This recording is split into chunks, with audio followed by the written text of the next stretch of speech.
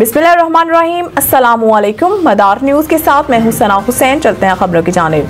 PTI ने ad hoc जजेस की तैनाती मुस्तरद कर दी। सुप्रीम जुडिशल काउंसिल जाने का ऐलान। चेयरमैन पीटीआई बैरिस्टर गौहर ने मीडिया से गुफ्तगू में कहा कि सुप्रीम कोर्ट में एडहॉक जजेस की तैनाती बदनीयती पर मबनी है। एडहॉक जजेस की तैनाती का मामला सुप्रीम जुडिशल काउंसिल में भेज रहे हैं। इस इकदाम का मकसद अपने हम ख्याल जजेस को लगाना है। जजेस इस मामले को मतनाज़ा न बनाएं। 4 जजेस को एक साथ दौरान तातीलात लाया जा रहा है। दूसरी जानिब मीडिया से गुफ्तगू करते हुए पीटीआई रहनुमा उमर अयूब ने कहा है कि हमारे अरकान असम्बली को एजेंसियां झूठे मुकदमात में उठा रही हैं। इमरान खान, बुशरा बीबी और तमाम असीरान के खिलाफ केसेस बनाए गए हैं। हम इन तमाम बोगस केसेस की भरपूर मजम्मत करते हैं। बुशरा बीबी का रोपकार भी जारी हो गया है। नैब टीम ने इनको झूठे केसेस में फिर गिरफ्तार किया। एडहॉक जजेस के हवाले से काजी फाइज ईसा से गुजारिश है कि ये जजेस हमारे केसेस ना सुने। हमारी हुब्बुल वतनी पर कोई उंगली नहीं उठा सकता।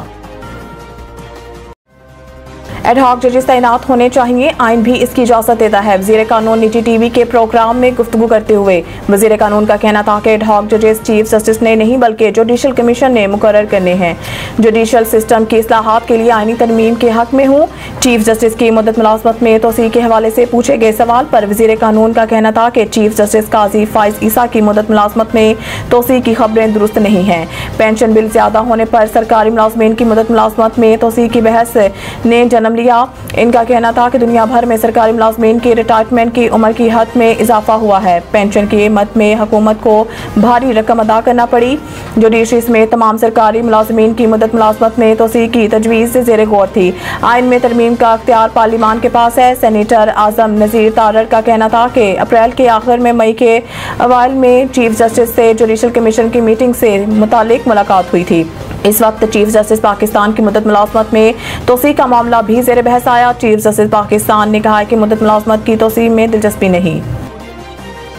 हुकूमत ने पीटीआई पर पाबंदी का भी इरादा जाहिर किया है। इस पर आईनी तरीके से अमल किया जाएगा। राना सनाउल्लाह ने कहा है कि हुकूमत आर्टिकल 17 के तहत किसी भी पार्टी पर पाबंदी के लिए डिक्लेरेशन दे सकती है। जब काबीना मंजूरी देगी तो डिक्लेरेशन को 15 दिन में सुप्रीम कोर्ट में पेश किया जाता है और अगर अदालत डिक्लेरेशन से मुतफिक हो जाए तो इस पार्टी पर पाबंदी आयद हो जाती है।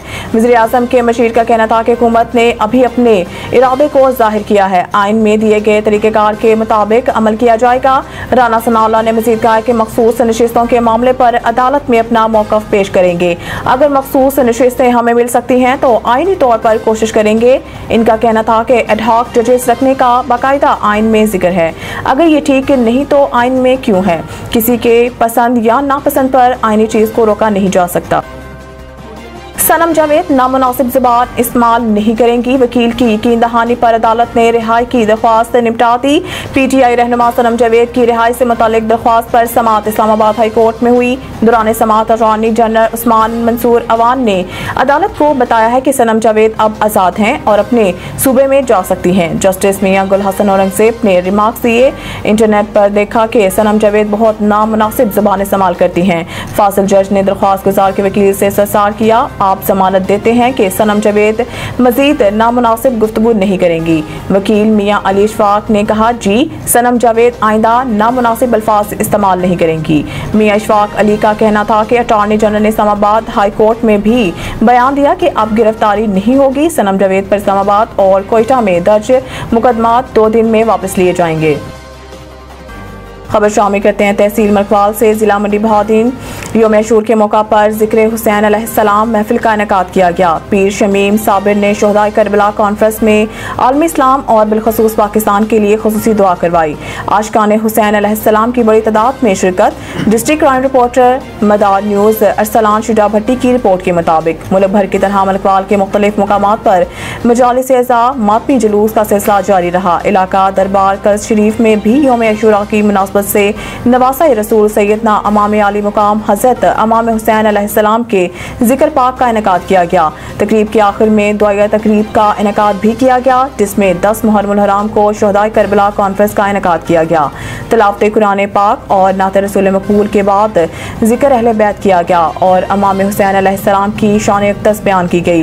पीर सैयद सोहना माही चिश्ती ने हाज़रीन से खुसूसी खिताब किया। उन्होंने कहा है कि शोहदाए करबला ने अपनी जानों की कुर्बानी देकर दीन बचाया। हमारे लिए सबक है कि हम हर जालिम के सामने डट जाएं और हक का अलम सरबुलंद करें। इसके लिए हमें किसी भी कुर्बानी से गुरेज नहीं करना चाहिए। सजादा नशीन पीर शमीम साबिर साबरी ने कहा कि हमें आकाए दो जहां अहले बैत इत्तहार और सहाबा कराम के बताए के रास्ते पर अमल पैरा होकर दुनिया और आखिरत में सुरखरू हो सकते हैं। इस मौके पर सजादा नशीन दरबार कल्स शरीफ पीर शमीम साबिर ने शोहदाए करबला, उम्मत मुसलमा, अहले फ़लस्तीन और अहले कश्मीर के लिए दुआ करवाई। आखिर में साहबजादा राशिद शमीम साबरी ने शुरका महफिल में लंगर हुसैनी भी तकसीम किया। न्यूज़ स्टूडियो से फिलवक्त इतना ही। मज़ीद न्यूज़ और अपडेट के लिए देखते रहिए मदार न्यूज़।